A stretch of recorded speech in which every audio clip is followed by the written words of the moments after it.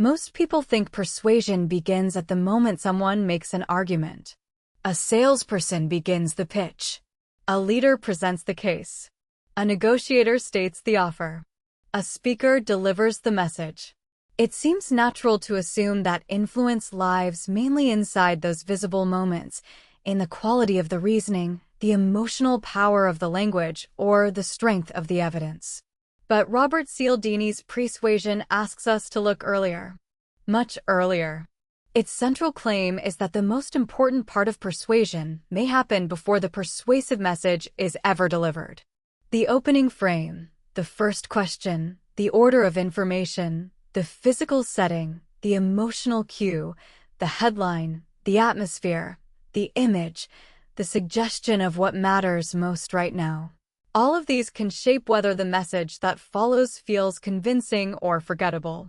In other words, persuasion does not begin when the argument starts. It begins when attention is guided. This is what makes the idea of persuasion so powerful. It redirects focus from message alone to mental readiness. It asks a deeper question. What is happening in a person's mind just before they receive an appeal? Because whatever occupies that space can change what they are likely to notice, value, fear, trust, or accept. This means influence is not only about what you say. It is about what you have already caused someone to think about before you say it. That insight changes the entire picture of persuasion. It also makes the world feel more revealing. Suddenly, communication is not just content. It is sequence. It is setup. It is timing. It is attention. And once you begin seeing that, you begin to notice how often influence is working long before anyone seems to be making a case. At the heart of persuasion is a deceptively simple idea. What people focus on first affects what they are likely to agree with next. This is not just because attention selects information. It also assigns significance. Whatever is most prominent in awareness tends to feel more important, more relevant, and more worthy of response. If attention is directed toward risk, then caution becomes stronger. If attention is directed toward opportunity, then ambition becomes stronger. If attention is directed toward trust, fairness, identity, scarcity, or belonging, those ideas begin to organize how the next message will be heard. Cialdini's central insight is that influence works best when the mind is prepared in advance to receive a message in the right key. The persuasive appeal itself may be intelligent and well-crafted, but if it arrives in the wrong mental atmosphere, it may land weakly. By contrast, even a modest message can become much more compelling if it enters a mind already oriented toward the right concerns. This is why persuasion matters so much. It is less about forcing belief and more about making certain interpretations ready. It does not necessarily create values from nothing. It activates values that are already available but not currently in the foreground. In that way, the book is really about the architecture of receptivity. It shows that agreement is often not born only from reasons. It is born from salience. What is top of mind becomes a lens. And the person who shapes that lens before speaking may have already changed the outcome before the actual persuasion even begins. One of the most important themes in the book is the power of attention itself. Cialdini argues that attention is not a passive spotlight that merely illuminates reality. It is an active force that influences judgment. What is focal in the mind at any given moment has a privileged status. It becomes easier to retrieve, easier to connect with, and more likely to shape interpretation. This matters because people often assume they are evaluating information fairly and independently. But in practice, they are almost always responding from within a field of selective attention. Something is already prominent. Something has already been framed as central. Something has already been made to feel urgent, relevant, or emotionally alive. This is why the same message can produce very different responses depending on what was mentally active beforehand. A person thinking about safety hears differently from a person thinking about reward. A person primed with cooperation hears differently from one primed with competition. A person reminded of shared identity hears differently from one focused on personal advantage. Attention changes meaning by changing the context in which meaning is interpreted. Cialdini wants readers to recognize that the battle for agreement often begins with the battle for notice. Whoever controls the focus of attention often controls the frame through which later information is understood. That does not mean attention determines everything, but it means it determines much more than most people realize. The path to persuasion often begins not with logic, but with orientation. Before people ask whether they agree, they have already been nudged toward what seems worth agreeing about. Pre-Suasion places special importance on what Cialdini describes as privileged moments, brief periods before a request or proposal when people's minds are especially susceptible to contextual influence. These are not moments of weakness in a simple sense. They are moments of readiness. Right before a person decides, responds, evaluates, or commits, whatever is most mentally accessible can have disproportionate impact. This is why timing matters so much. A question asked just before a request can alter the frame of the request. An image seen moments earlier can influence interpretation. A setting can shape emotional tone before a word is spoken. A small reminder can direct attention toward one value over another. What makes these moments so important is that they often pass unnoticed. People believe they are responding to the message itself, when in fact they are also responding to the mental path that led up to it. Cialdini's insight here is strategic but also psychological. Human judgment is not formed in a vacuum. It emerges inside a sequence. And sequence has force. If you can shape what comes immediately before a decision, you can change the meaning of the decision itself. This is one of the reasons first impressions, opening questions, and environmental cues matter so much. They do not merely decorate the persuasive moment. They condition it. The privileged moment before the appeal is often where receptivity is won or lost. A central mechanism behind persuasion is priming, the process by which one idea activates related ideas, feelings, and tendencies in the mind. Human beings do not think in isolated units. Thoughts exist in networks. When one concept becomes active, nearby concepts become easier to access as well. A reminder of family may make thoughts of trust, care, or loyalty more available. A reminder of competition may make strength, victory, and status more salient. A reminder of scarcity may heighten urgency and fear of missing out. Cialdini uses this principle to explain how subtle cues can produce meaningful differences in behavior. The cue itself may seem small, but what matters is the network it activates. Once attention is guided into a particular association set, later messages can draw energy from that network. This is what makes the opening phase of communication so consequential. A speaker who activates the right associations is not just gaining interest. They are preparing interpretation. The listener begins to hear in a compatible key. One of the book's deeper strengths is that it shows how much of persuasion depends on mental linkage rather than direct pressure. People are not only influenced by explicit reasons. They are influenced by what recent cues have made mentally ready. This can happen through words, images, stories, settings, sounds, questions, and symbols. It can happen deliberately or accidentally. But once we understand associative thinking, we begin to see how much communication operates through sequence and activation rather than argument alone.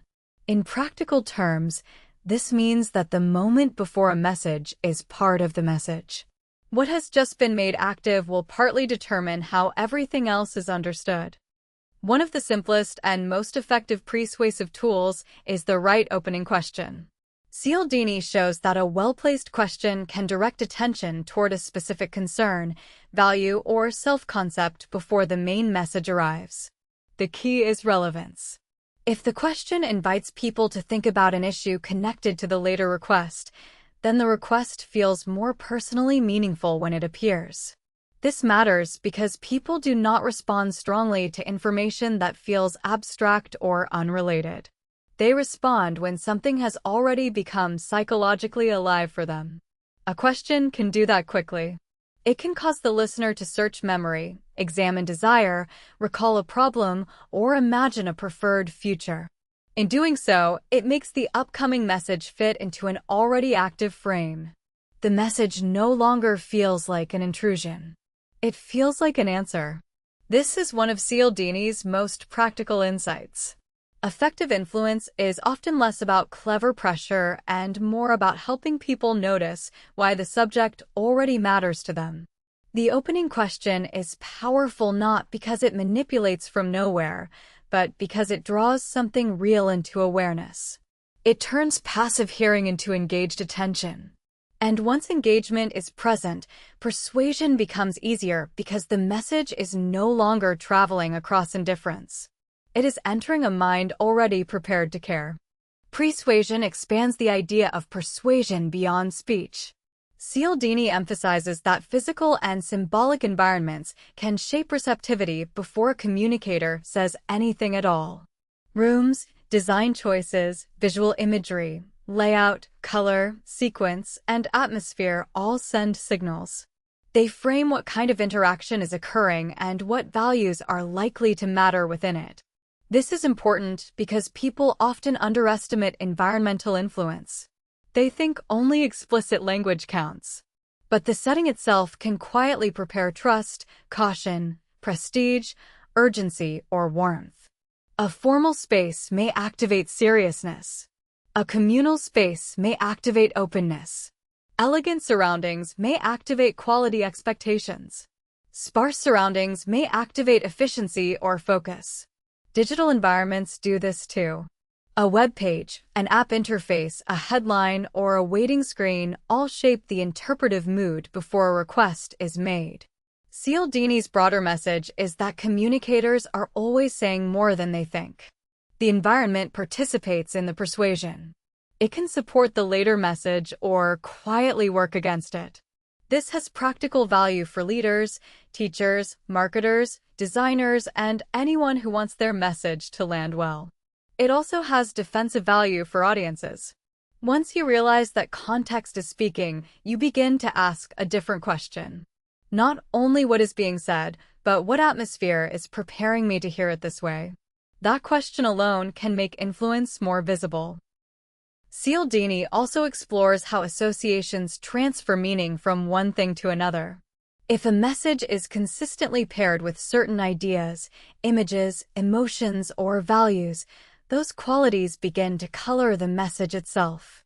This is a familiar principle in advertising, but the book treats it more broadly. The human mind is constantly linking nearby things. If an idea appears in the company of prestige, warmth, belonging, danger, or moral seriousness, it may absorb some of that tone. This is not because people are always consciously fooled. It is because the mind naturally reads connection into proximity. What appears together begins to feel related. In Pre-Suasion, this matters because the communicator can shape what surrounds the message before the message is fully processed. The surroundings become part of the meaning. This helps explain why images, symbols, testimonials, identities, and emotional cues can matter so much. They do not merely decorate the appeal. They lend it a field of meaning. Cialdini's analysis encourages a broader understanding of how influence works. People are not only persuaded by statements. They are persuaded by mental neighborhoods. What lives next to the message matters. What values have been evoked matters. What feelings are in the room matters. If the environment and the associations are working in harmony with the later request, persuasion becomes easier because the request no longer arrives alone. It arrives carried by a web of already active meaning. Another major theme in the book is credibility. Pre-Suasion is not only about preparing ideas. It is also about preparing the relationship between speaker and audience. Before a person evaluates the content of a message, they are often already forming judgments about the communicator. Is this person on my side? Are they trustworthy? Are they expert?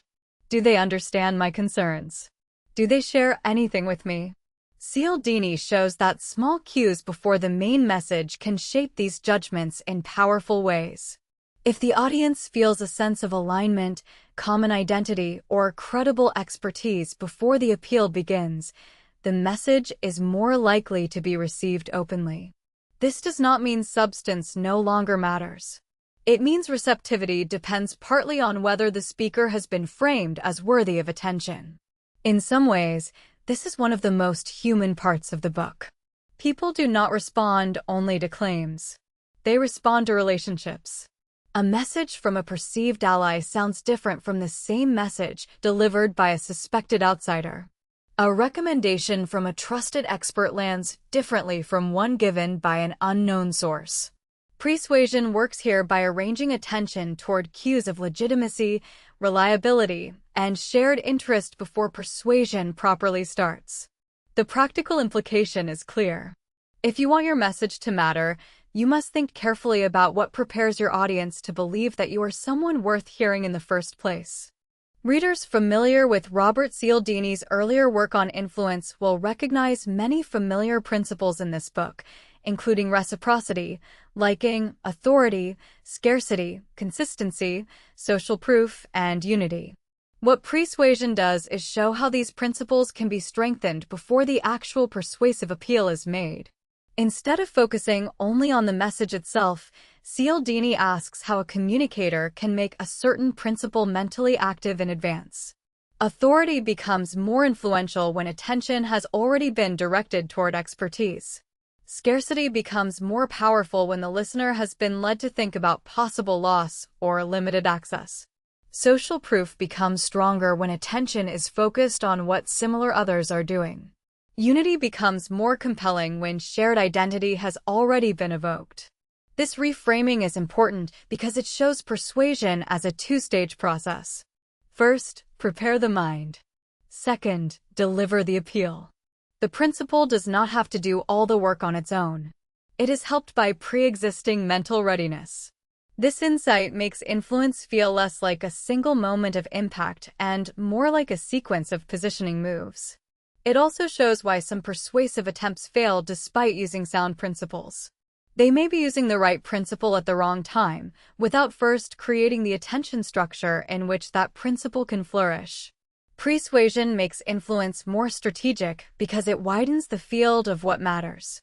Because Pre-Suasion works before conscious analysis is fully engaged, the book necessarily raises ethical questions. If you can shape what people are thinking about before they decide, then you have power. And power can be used well or badly. Cialdini generally presents Pre-Suasion as a tool for ethical influence, not deception. The distinction matters. Ethical persuasion highlights what is genuinely relevant, important, or beneficial. It guides attention toward a feature that deserves consideration. Manipulative persuasion, by contrast, distorts judgment by activating fears, cravings, identities, or assumptions in ways that serve the persuader while obscuring the listener's real interests. This moral boundary is one of the most important parts of the book, even if it is not always the most dramatic. The deeper question is not simply whether a technique works. It is whether it helps people make a better aligned decision or pushes them toward one they would reject under clearer reflection. Cialdini's broader legacy and influence has often emphasized that persuasion works best in the long run when it is grounded in real value, credibility, and mutual benefit. Pre-Suasion fits into that tradition. It does not say that attention should be hijacked for any outcome whatsoever. It suggests that communication is most powerful when the setup and the message are both aligned with something true. This is essential because a book about influence is never merely technical. It is also about responsibility. One of the practical benefits of understanding persuasion is defensive awareness. Once you know that influence often begins before the official message, you become more alert to the moments leading up to requests, pitches, headlines, and decisions. You begin to notice how a question frames your attention before you answer. You begin to see how visuals, tone, sequence, and timing shape your emotional posture before you evaluate the facts. This does not make a person immune to influence, but it creates a reflective pause. Why am I thinking about this issue in this way right now? What has just been made salient for me? What assumptions or associations were activated before I was invited to decide? These questions are powerful because they return awareness to the setup. They allow a person to separate the quality of the argument from the conditions that prepared it. In a media environment full of designed persuasion, that awareness matters greatly. Headlines, interfaces, introductions, images, and social cues are constantly competing to direct attention before judgment. Cialdini's work helps readers become not only better persuaders, but better observers of persuasion. And that may be one of the book's most socially useful contributions. Pre-Suasion is highly practical because its lessons apply far beyond advertising or formal persuasion. In sales, the right preparatory question can make a later offer feel more tailored and relevant. In leadership, the opening frame can help a team interpret change as opportunity rather than threat. In teaching, the way a lesson is introduced can prepare curiosity and mental readiness before the actual content begins. In negotiation, the first focus can shape whether the discussion orients around conflict, fairness, gain, or shared problem-solving. In personal relationships, even everyday requests are affected by timing, atmosphere, and what has been made salient beforehand. This is one of the book's most valuable contributions. It turns persuasion from a narrow skill into a broader understanding of how human attention works. It encourages people to think more carefully about beginnings. How do I open this conversation? What concerns should be active before I make this request? What value do I want to bring to the surface before I ask for commitment? These are not manipulative questions by definition. They are questions about alignment. A thoughtful communicator is not merely pushing content into the world. They are preparing the ground in which that content will be received. Once you understand that, many moments in life begin to look different. The opening of a meeting, the design of a classroom, the order of a website, the first line of an email, the mood of a conversation, all of these become part of influence. At a deeper level, Pre-Suasion is a book about the fluidity of human judgment.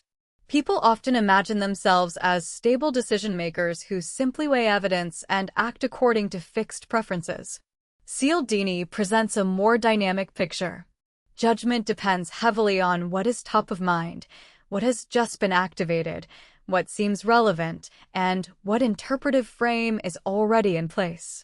This does not mean people are helpless. It means their reasoning is situated.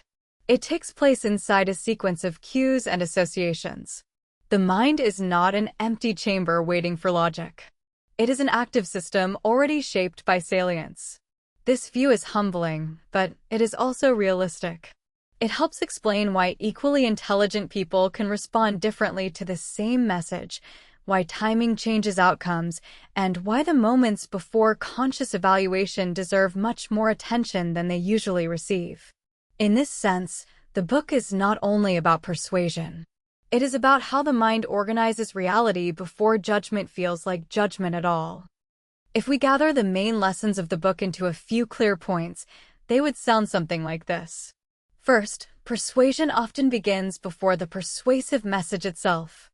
Second, attention is the gateway to influence because what is focal feels more important and relevant. Third, priming and association shape interpretation in subtle but powerful ways. Fourth, the opening moment of a conversation, pitch, or decision is unusually influential. Fifth, setting and environment communicate before words do. Sixth, relevance increases receptivity, and one of the best ways to create relevance is to activate the right question or value first. Seventh, classic influence principles become stronger when they are prepared in advance. Eighth, ethical influence should guide attention toward what is genuinely meaningful, not exploit confusion or fear. And finally, awareness of persuasion helps us become better defenders against manipulative framing. These lessons are practical, but they also carry a larger intellectual shift. They teach us to look earlier, to examine the setup, and to recognize that persuasion is often won or lost before the case is formally made. The enduring strength of persuasion lies in the way it changes where we look. Instead of asking only whether an argument is good, Robert Cialdini asks what made the audience ready to hear it as good. Instead of focusing only on the visible moment of influence, he directs us toward the invisible preparation that so often determines the result. This shift is powerful because it reveals something true not just about persuasion, but about perception itself. Human beings do not approach messages empty. They approach them already oriented. Something is already active in the mind. Something has already been highlighted. Something has already been made to feel relevant. To understand influence, then, is to understand the shaping of that orientation. The lesson is useful for communicators, leaders, teachers, negotiators, and anyone who wants their message to land more effectively. But it is also valuable for anyone who wants to think more clearly in a world full of designed attention. The moment before the message matters. Sometimes it matters more than the message itself. And once you begin to see that, you begin to see persuasion everywhere, not only in what is said, but in what prepares you to hear it.